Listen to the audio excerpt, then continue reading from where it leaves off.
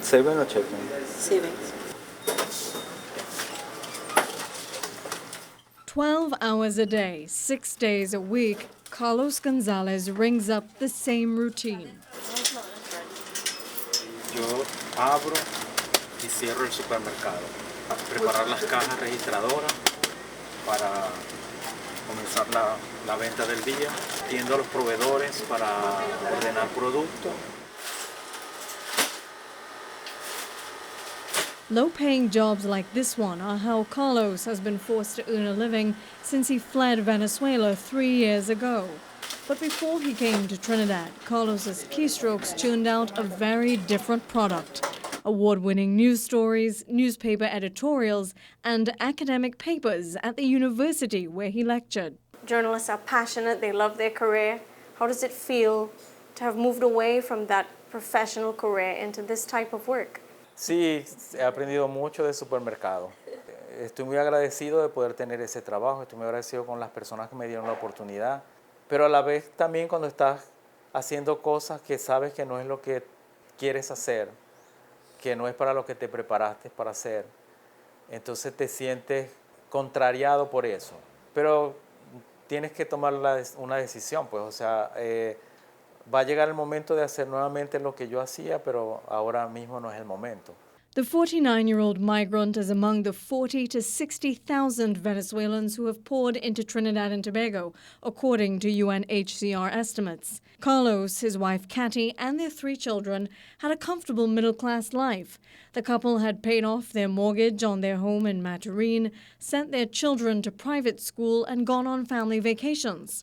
But in 2016, with growing aggression toward journalists by pro-government supporters, Carlos and Katty decided it was no longer safe to stay. Todo lo que construimos allá, un día lo dejamos. Todo. Their youngest daughter, Camila, was 13 at the time, just beginning to see the first glimpses of life as a teenager. And I remember telling my best friend, and I was like, I had to go. They told me I have to go and nothing can be changed. And she was like, it was sad. Yeah. So it was very sad. The family came to Trinidad through the Cedrus port. They eventually settled in Maracas, St. Joseph. Katty is a graphic designer, but without authorization to work, the 47-year-old was forced to design a whole new reality, working in a factory, a job she knew nothing about. Entonces, para mí, cada día que caminaba hacia la fábrica y regresaba de la fábrica, era muy duro. Porque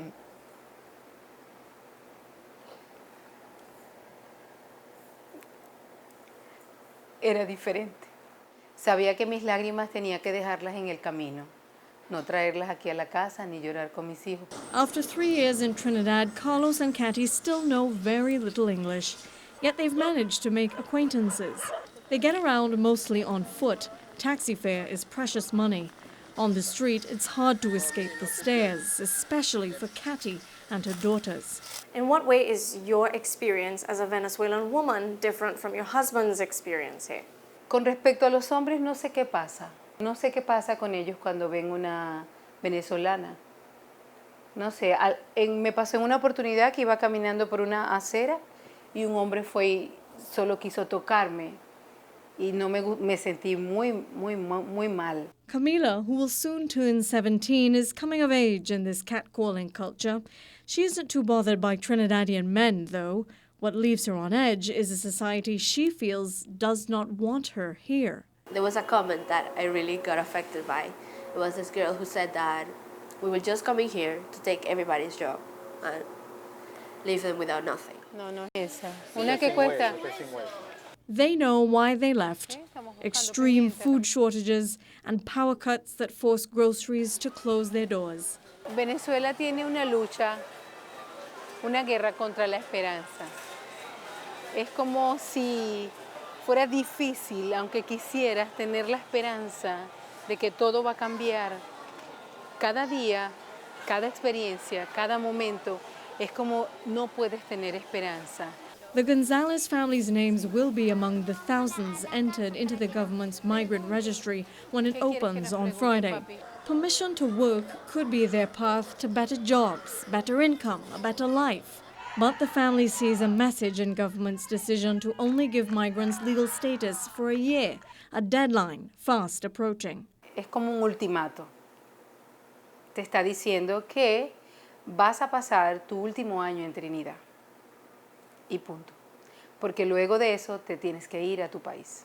With Venezuela's problems only getting worse, the family says they'll have to resettle somewhere else. Wherever that is, it will never truly be home. Fane Richards, CNC3.